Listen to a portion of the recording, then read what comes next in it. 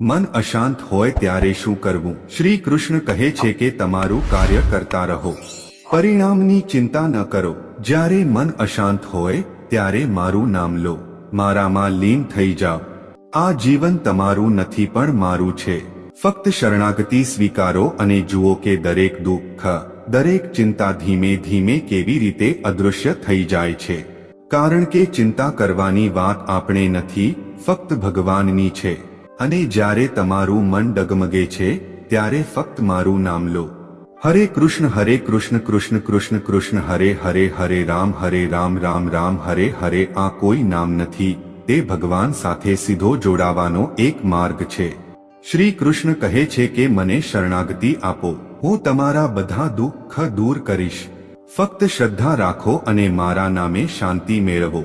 તો મિત્રો, જો તમને આ વિડિયો ગમ્યો હોય તો ટિપ્પણીમાં હરે